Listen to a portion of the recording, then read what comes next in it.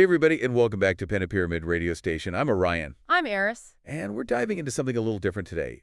A concept, A paradox. yeah, the paradox of choice. You ever heard of that? Oh, absolutely. It's a classic.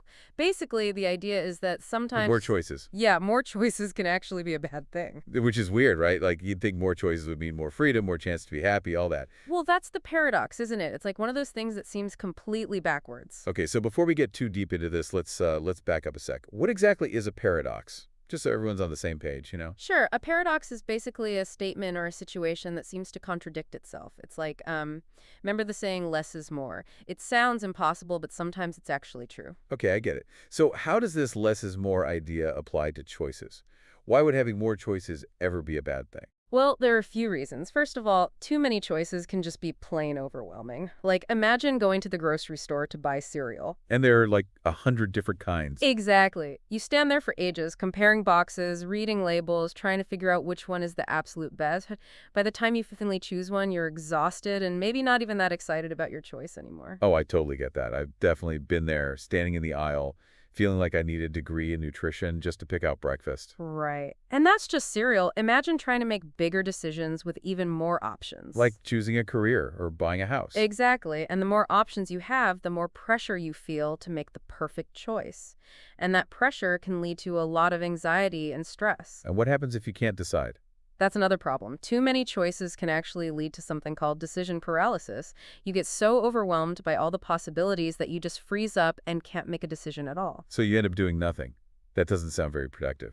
It's not, and even if you do manage to make a choice, there's a good chance you'll end up second-guessing yourself. You start thinking about all the other options you could have chosen, and you wonder if you made the right decision. This is what's known as buyer's remorses. Which is basically like regret, right? Exactly, and that regret can actually make you less satisfied with your choice, even if it was a good one. So it's like no matter what you do, you end up feeling bad. Kind of. It's not always that extreme, but the point is that too much choice can lead to a lot of negative feelings. So what's the solution? Do we just need to like throw out all our options and go live in a minimalist cabin in the woods? It doesn't have to be that drastic. The key is to find a balance. We need to be mindful of how many choices we're giving ourselves and focus on quality over quantity. How do we do that? Give me some practical tips. Sure.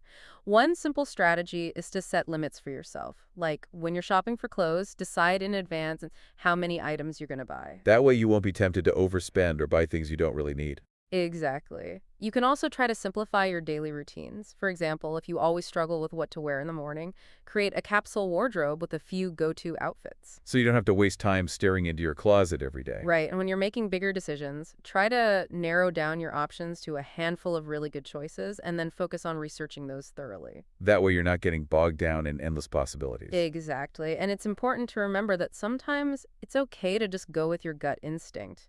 Not every decision needs to be agonizingly overanalyzed. So basically it's about being intentional with our choices and not letting ourselves get overwhelmed by the sheer number of options out there. Exactly. It's about finding what works best for you and creating a life that feels fulfilling and satisfying without being bogged down by decision fatigue. That's a great way to put it. You know, this whole paradox of choice thing really makes you think. It's amazing how something as simple as having options can have such a big impact on our mental well-being. It really does. So as we wrap up, we'd love for you to consider how might understanding the paradox of choice change your approach to decision-making in the future? It's something to think about, for sure. We always appreciate hearing your thoughts, so feel free to share your experiences in the comment section. And be sure to subscribe to Pyramid Radio Station for more thought-provoking deep dives. We'll catch you next time.